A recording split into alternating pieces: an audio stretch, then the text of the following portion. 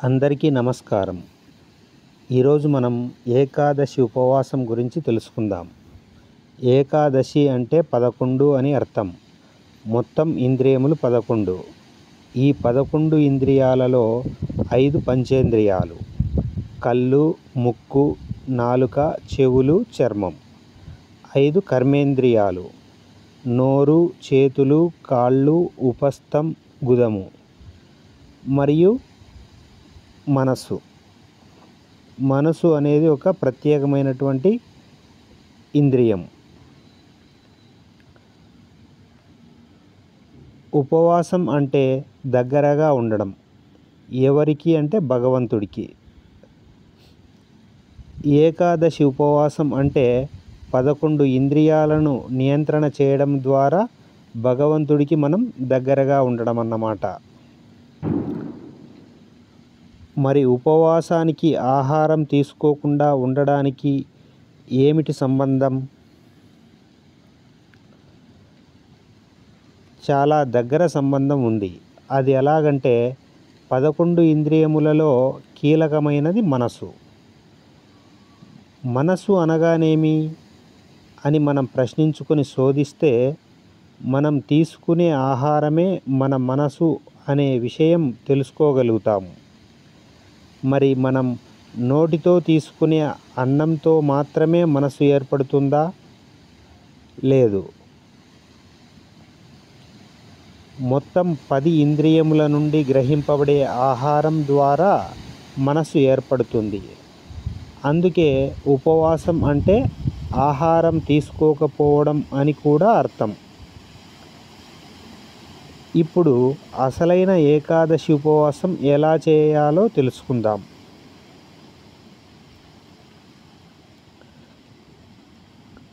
ఒకటి,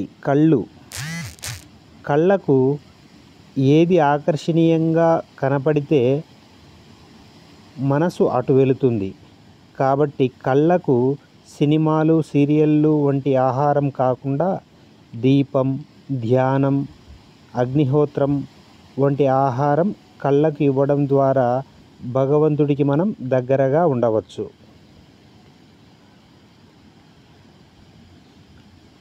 రెండవది, ముక్కుకు ఆహారంగా వంటకాల వాసనలు కాకుండా చందనం, సుగంధ ధూపం, పరిమళ పుష్పముల వాసనలు ఆహారంగా ఇవ్వడం ద్వారా మనం భగవంతుడికి దగ్గరగా ఉండవచ్చు.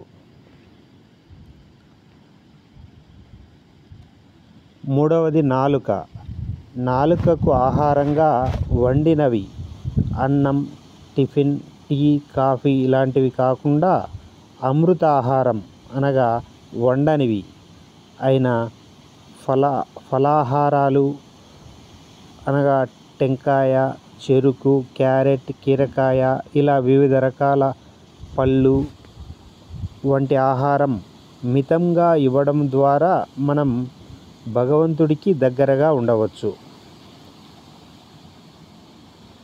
నాలుగవది, చెవులకు ఆహారంగా గొడవలు, అరుపులు, మాటలు కాకుండా సంకీర్తనలు, వేదమంత్రాలు, మంగళ వాయిద్యాలు, నిశ్శబ్దం వంటివి ఆహారంగా ఇవ్వడం ద్వారా భగవంతుడికి మనం దగ్గరగా ఉండవచ్చు. ఐదవది, చర్మంకు ఆహారంగా ఇతరుల స్పర్శ కూడా లేకుండా మడి కట్టుకోవడం అనే సదాచారం ద్వారా భగవంతుడికి మనం దగ్గరగా ఉండవచ్చు. ఆరవది, నోటికి ఆహారంగా ఏమీ ఇవ్వకుండా వీలైనంత వరకు మౌనంగా ఉండడం ద్వారా భగవంతుడికి మనం దగ్గరగా ఉండవచ్చు. ఏడవది,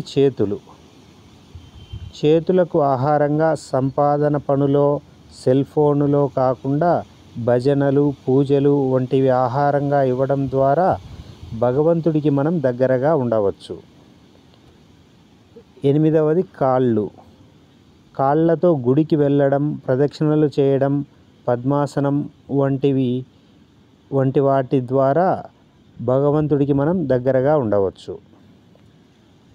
తొమ్మిదవది, ఉపస్థం అనగా జననేంద్రియం.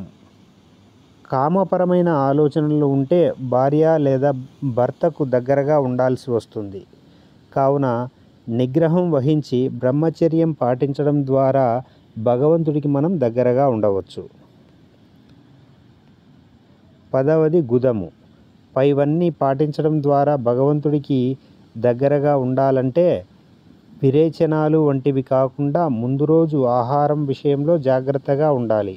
అప్పుడే మన పెద్దలు కఠినంగా చెప్పిన అర్థమయ్యేటట్టు చెప్పినటువంటి అన్నీ మూసుకొని అనేది ఆచరించినట్టు అవుతుంది.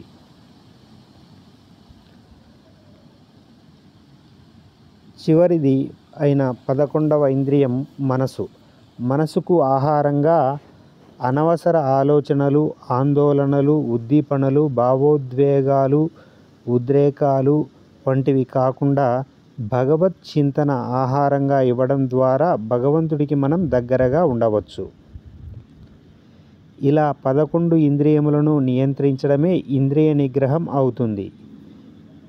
ఇంద్రియ నిగ్రహంతో చేసే ఉపవాసమే ఏకాదశి ఉపవాసం అవుతుంది.